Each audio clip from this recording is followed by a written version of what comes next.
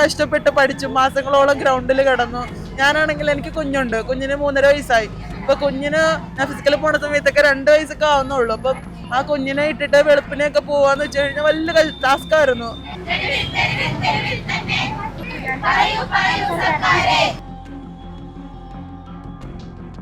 ആശാവർക്കർമാരുടെ സമരത്തിന് പിന്നാലെ കൂടുതൽ വനിതകൾ സെക്രട്ടേറിയറ്റ് മുമ്പിൽ സമരത്തിലിരിക്കുന്ന കാഴ്ചയാണ് നമ്മൾ കണ്ടുവരുന്നത്. ഇന്നിവിടെ സമരം ചെയ്യുന്നത് വനിതാ സിവിൽ പോലീസ് ഉദ്യോഗസ്ഥരാണ്. അവരുടെ നിയമനം വൈകുന്നതിലും നിയമനം നീട്ടണമെന്ന ആവശ്യവുമാണ് അവർ ഈ സമരത്തിലൂടെ ഉന്നയിക്കുന്നത്.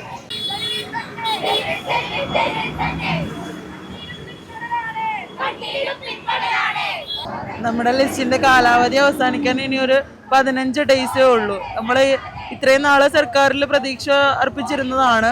കാരണം നമ്മുടെ ലിസ്റ്റ് വന്നൊരു 6 മാസമായപ്പോഴത്തേക്ക് CM സാർ പറഞ്ഞിട്ടുണ്ടായിരുന്നു ക്യാബിനറ്റിൽ വനിതാ പ്രാതിനിധ്യം 15% ഉയർത്തുവന്നു. അപ്പം നമ്മൾ വിചാരിച്ചത് നമുക്ക് അർഹതമായ നീതി കിട്ടും, മാക്സിമം നിയമനമൊക്കെ ഉണ്ടാവും എന്നൊക്കെ പ്രതീക്ഷിച്ചിരുന്നത്.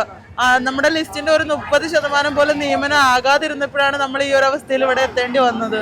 നമ്മുടെ ആവശ്യം എന്ന് വെച്ച് കഴിഞ്ഞാൽ ലിസ്റ്റിന്റെ കാലാവധി അവസാനിക്കുക ഇനി 15 ദിവസമുള്ളൂ. അതിനുള്ളിൽ പരമാവധി ആളുകൾക്ക് നിയമനം നൽകുക എന്നുള്ളതാണ് ആവശ്യം. നമ്മൾ എന്ന് വെച്ച് കഴിഞ്ഞാൽ ഇവിടെ നിൽക്കുന്നത് നമ്മുടെ ലിസ്റ്റിന്റെ സ്വഭാവം സ്റ്റേറ്റ് വൈഡ് ലിസ്റ്റാണ്. 14 ജില്ലകളിലും ഉള്ള എല്ലാ കുട്ടികളും ഉണ്ട്. കുട്ടികളെന്ന് പറയാനൊക്കെ അല്ല, എല്ലാ കൂടുതലും വീട്ടമ്മമാർ തന്നെയാണ്. വീട്ടമ്മമാരും പിന്നെ പ്രായമായ അച്ഛനും അമ്മയും ഉപേക്ഷിച്ചിട്ടൊക്കെ വന്ന്, അതായത് ആരെങ്കിലുമൊക്കെ ഏൽപ്പിച്ചിട്ടൊക്കെയാണ് നമ്മൾ ഇവിടെ വന്ന് എത്തി നിൽക്കുന്നത്. ശരിക്കും പഠിക്കുമ്പോൾ പോലും അറിഞ്ഞിട്ടില്ല. നമ്മൾ കോളേജിലൊന്നും ദൂരെ നിന്ന് കണ്ടിട്ടുണ്ട് സ്ട്രൈക്കൊക്കെ. ഇങ്ങനെ ഇവിടെ വന്നിരിക്കുമെന്നൊന്നും ഞങ്ങൾ ഒട്ടും പ്രതീക്ഷിച്ചതാ. നമ്മൾ കഷ്ടപ്പെട്ട് പഠിച്ചു, മാസങ്ങളോളം ഗ്രൗണ്ടിൽ കിടന്നു. ഞാനാണെങ്കിൽ എനിക്ക് കുഞ്ഞുണ്ട്, കുഞ്ഞിന് 3.5 വയസ്സായി. അപ്പൊ കുഞ്ഞിന് ഞാൻ ഫിസിക്കൽ പോണ സമയത്തൊക്കെ 2 വയസ്സൊക്കെ ആവുന്നുള്ളൂ. അപ്പം ആ കുഞ്ഞിനെ ഇട്ടിട്ട് വെളുപ്പിനെയൊക്കെ പോവാന്ന് വെച്ച് കഴിഞ്ഞാൽ വലിയ ടാസ്ക് ആയിരുന്നു. ആ തണുപ്പത്തൊക്കെ കുഞ്ഞിനെയും കൊണ്ട് പോയിട്ടുണ്ട് ഫിസിക്കലിന്. എത്രയും കഷ്ടപ്പെട്ടിട്ട് നമുക്ക് ഇതുവരെ ഒന്നും കിട്ടിയിട്ടില്ല. എന്ന് വെച്ചാൽ മാക്സിമം ലിസ്റ്റിന്റെ കാലാവധി ഉണ്ട്, പരമാവധി ആളുകൾക്ക് നിയമനം നൽകുക. ഞങ്ങളിപ്പോൾ കിടക്കുന്നതിന്റെ പേരിൽ ഞങ്ങൾക്ക് 10 പേർക്ക് കിട്ടിയാൽ കൂടി അത്ര 10 ജീവിതമാണ് രക്ഷപ്പെടുന്നത്. എല്ലാവർക്കും നല്ല ബുദ്ധിമുട്ടുണ്ട് ജീവിതത്തിൽ. ഓരോരുത്തരും പല വീടുകളിലൊക്കെ പോയി ജോലി ചെയ്തിട്ട് കഷ്ടപ്പെട്ട് പഠിച്ചതാണെന്ന് രാത്രിയിലൊക്കെ ഇരുന്നിട്ട്. അച്ഛനമ്മയ്ക്ക് സുഖമില്ലാത്തവരുണ്ട്. ഈ ജോലി കിട്ടുമെന്നുള്ള പ്രതീക്ഷയിലല്ല നമ്മൾ പഠിക്കുന്നത്. ഇവിടെ നിൽക്കുന്ന പോലെ കുഞ്ഞിനെയൊക്കെ ഇട്ടിട്ടാണ് നമ്മൾ നിൽക്കുന്നത്. ഇത്രയും ദിവസമായിട്ട് നമ്മൾ 4ാമത്തെ ദിവസമായിരുന്നു നിരാഹാരം. ഈ നിരാഹാരത്തിൽ 4ാമത്തെ ദിവസമായപ്പോഴത്തേക്ക് കടന്ന ഒരു കുട്ടി വീണു. അവള് വീടിനനുസരിച്ച് ഇവിടെ ഓരോരുത്തരും നിരാഹാരം കിടക്കും. എല്ലാവരും നിരാഹാരം കിടന്നു. ഞങ്ങളുടെ ജീവൻ എങ്ങനെയാണെന്നൊന്നും അറിയത്തില്ല. നമ്മുടെ ജീവിതം നഷ്ടപ്പെട്ട വീട്ടുകാർക്കുള്ള അവര് പറയുന്ന മെയിനായിട്ട് വേക്കൻസികളൊന്നുമില്ല, ക്യാമ്പ് എക്സസ് ആണ്, സാമ്പത്തിക മാന്ദ്യം എന്നൊക്കെയാണ് നമ്മളോട് പറയുന്നത്. ശരിക്കും ലിസ്റ്റിലെ നോട്ടിഫിക്കേഷൻ ഇടുമ്പോൾ എങ്കിൽ പിന്നെ അത് എന്തിനു പിന്നെ നമ്മളെങ്ങനെ ഇത്ര നാള് 2022 നോട്ടിഫിക്കേഷൻ വന്നത്. 2023 ജൂലൈ 7 നമ്മൾ എക്സാം എഴുതി. 2024 ജനുവരിയിലായിരുന്നു ഫിസിക്കല്. ഇപ്പൊ 2025. എത്ര വർഷമായി നമ്മൾ ഇതിന്റെ പുറകിലാണ്.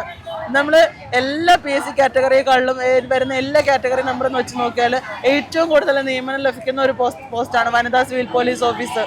നിങ്ങൾക്ക് മറ്റൊന്നും പഠിച്ചൂടെ എന്ന് ചോദിച്ചാൽ മറ്റ് ലിസ്റ്റുകളെ പോലെയുള്ളൊരു സ്വഭാവം അല്ല ഇതിൻ്റെ. നമ്മൾ ഫിസിക്കൽ അതായത് ടെസ്റ്റ് കഴിഞ്ഞ ഉടനെ, റിട്ടേൺ കഴിഞ്ഞ ഉടനെ നമ്മൾ ഗ്രൗണ്ടിൽ പോയി ഫിസിക്കൽ പ്രാക്ടീസ് ചെയ്യണം. ആ ഫിസിക്കൽ നമ്മൾ പാസ്സായാലല്ലേ നമുക്ക് ജോലി കിട്ടത്തുള്ളൂ. അതുകൂടാതെ ഇപ്പം ഞാനാണെങ്കിൽ C-സെക്ഷൻ കഴിഞ്ഞതാണ്. ഈ C-സെക്ഷൻ കഴിഞ്ഞതിന് ശേഷം നമ്മൾ ഈ ഗ്രൗണ്ടിലൊക്കെ പോയി കിടന്ന് ഈ ഫിസിക്കൽ ഐറ്റംസ് ബോഡി ഫിറ്റ് ആക്കുക എന്ന് പറയുക വലിയ ടാസ്ക്കാണ്.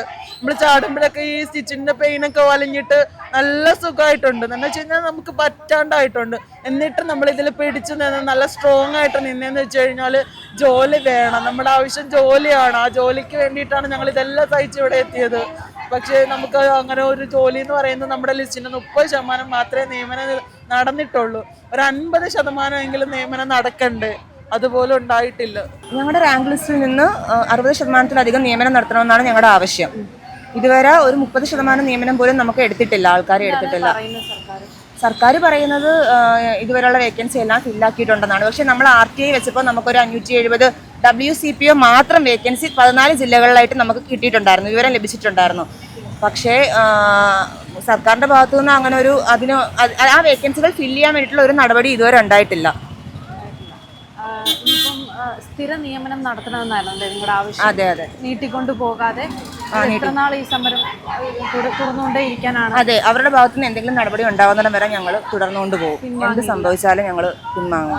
നിങ്ങൾ എത്രത്തോളം ആളുകളാണ് ഇനി വരും ദിവസങ്ങളിൽ എന്തൊക്കെയാണ് നമ്മൾ കേരളത്തിലെ 14 ജില്ലകളിൽ നിന്ന് ഇവിടെ കുട്ടികളുണ്ട്. ഓരോരുത്തരും വീക്കായിട്ട് ഹോസ്പിറ്റലിൽ കൊണ്ടുപോവുകയാണ്. ഇന്നലെ കുറച്ച് പേരെ കൊണ്ടുപോയി, മെഞ്ഞാന്ന് കുറച്ച് പേരെ കൊണ്ടുപോയി, ഇന്നിപ്പോൾ 3 പേരെ കൊണ്ടുപോയി. കൂടുതൽ പ്രതിഷേധ സമരങ്ങളിലേക്ക് നീങ്ങുമോ? പ്രതിഷേധമായിട്ട് നമ്മളില്ല, നമ്മുടെ പ്രതിഷേധം നമ്മൾ അറിയിക്കും.